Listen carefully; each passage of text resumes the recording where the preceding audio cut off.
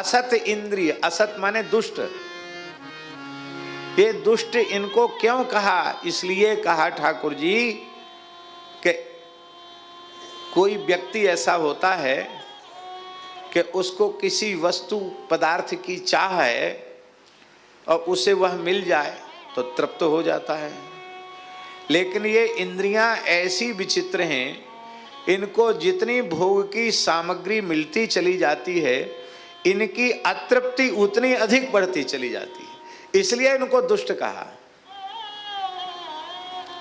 यत् पृथिव्याम व्रीहि यवः हिरण्यम पशव स्त्रियः, इस धरती पर जितना अन्न है, जितना धन है, जितने हाथी घोड़े आदि पशु हैं, जितनी पृथ्वी है, जितना स्वर्णादि रत्न हैं, जितनी स्त्रियां हैं, एक ही मनुष्य को मिल जाएं भोगने के लिए तो भी ये दुष्ट इंद्रियां तृप्त नहीं होती हैं। भोगा न भुक्ता वयमेव भुक्ता, हम भोगों को नहीं भोगते हैं, भोग ही हमको भोग लेते हैं। इंद्रियों की भोग की तृष्णा कभी जीर्ण नहीं होती है।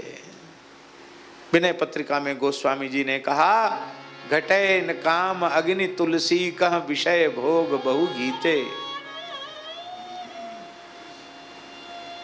न जातु कामः कामानाम उपभोगेन शाम्यति, हविषा कृष्ण वर्तमेव भूय एवाभिवर्धते। अच्छा एक बात बताएं महाराज जी, कि यह शरीर पहला शरीर तो नहीं है, इसके पहले कितने जन्म हो चुके हैं इसकी सूची किसी के पास उपलब्ध नहीं है, और सबसे पहली सृष्टि कब बनी इसका निर्णय भी कोई नहीं कर सकता, क्योंकि धाता यथा पूर्वम कल्पयत्।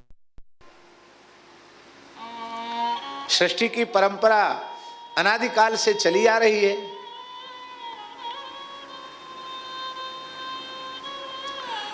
तो सबसे पहली सृष्टि कब बनी थी इसका निर्णय कोई कर नहीं सका। तो फिर भी हम निवेदन कर रहे हैं कि जब कभी पहली सृष्टि बनी होगी तब से ही हम पैदा हो रहे हैं और मर रहे हैं। कब बनी थी हमें पता नहीं, किसी को पता नहीं तो हमें क्या पता होगा। कृतार्थ हुए नहीं, कृतार्थ हो जाते तो ये वर्तमान जन्म ही नहीं होता। आत्म साक्षात्कार भगवत साक्षात्कार हो जाता, जिसका फल है भिद्यते हृदय ग्रंथि छिद्यन्ते सर्व संशयाः क्षीयन्ते चास्य कर्माणि दृष्ट एवात्मनीश्वरे अथवा तस्मिन् दृष्टे परावरे। वो तो सब हुआ नहीं। इसका मतलब है कि ऐसे ही जन्म समूह सिराने, एक दो जन्म नहीं असंख्यों जन्म हमारे ऐसे ही नष्ट भ्रष्ट हो गए। हो सकता है ठाकुर जी कभी इंद्र महेंद्र बने हों, कभी चक्रवर्ती सम्राट बने हों, कभी रसातल के भोगों को भी भोगा हो, पता नहीं क्या क्या नहीं भोगा होगा, कितना कितना सुख भोगा होगा, कितना कितना दुख भोगा होगा। मन भरा। कुत्ता बने तो भी कुतिया मिली, बहू मिली, सुअर बने तो सुअरिया मिली, गधे बने तो गधही मिली, हाथी बने तो हथनी मिली, कीट पतंग बने तो भी मिली। पर ये दुष्ट इंद्रियां इतने बार असंख्यों बार संसार को भोग चुकी हैं ये इंद्रियां, क्या फिर विवाह के लिए व्याकुलता नहीं होती है क्या? कितने पुत्र हुए? एक दो पुत्र हुए क्या? एक एक बार में 10-10 12-12 बच्चे हुए, सुअरिया के होते हैं। फिर भी भगवान ने देव दुर्लभ अपनी प्राप्ति के लिए हमें मनुष्य बनाया। हम भजन के लिए व्याकुल नहीं हैं, हम भोग के लिए व्याकुल हैं, हम पुत्र के लिए व्याकुल हैं, हम स्त्री के लिए व्याकुल हैं, हम धन के लिए व्याकुल हैं, हम यश कीर्ति के लिए व्याकुल हैं। किसकी यश कीर्ति रही? कितने बड़े बड़े चक्रवर्ती सम्राट हुए जो सप्तद्वीपति पृथ्वी के एक छत्र सम्राट थे।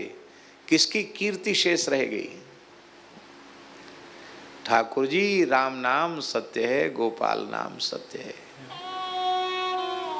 पर इसके बाद भी ये इंद्रियां भोग की तृष्णा से विरत नहीं हो रही है। देखते देखते आंख बंद हो गई, आंख का देखना कम हो गया, फिर भी आंख को रूप देखने की ललक लगी भई है। अब बहरा हो गए, ऊंचा सुनते हैं, बुढ़ापा आ गया, फिर भी सुनने की इच्छा बनी हुई है। कौन सी ऐसी इंद्रिया है जो तृप्त हो गई? गुरुजी भाष्य में भगवान आदिशंकर ने कहा है कि भोग के अनंतर इंद्रियों के भोग के कौशल में वृद्धि होती है, ऐसा वचन है। प्रयोग मनुवर्धन्ते, माने आप जितना विषय का रूप रस गंध शब्द स्पर्श किसी भी विषय का जितना भोग करते चले जाएंगे, उस भोग को भोगने का इंद्रिय का कौशल्य उतना अधिक बढ़ता चला जाएगा। अब यह कथा सामान्य कथा नहीं है, इसके श्रोता पूज्य सद्गुरुदेव भगवान हैं।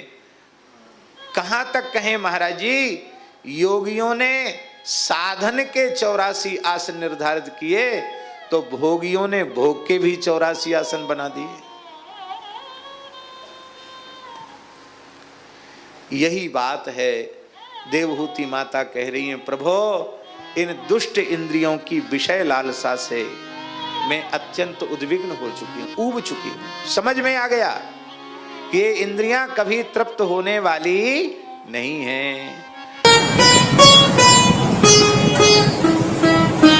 श्री सीताराम प्रतिदिन सत्संग एवं दर्शन के लिए श्री महाराज जी के ऑफिशियल चैनल को जरूर सब्सक्राइब करें।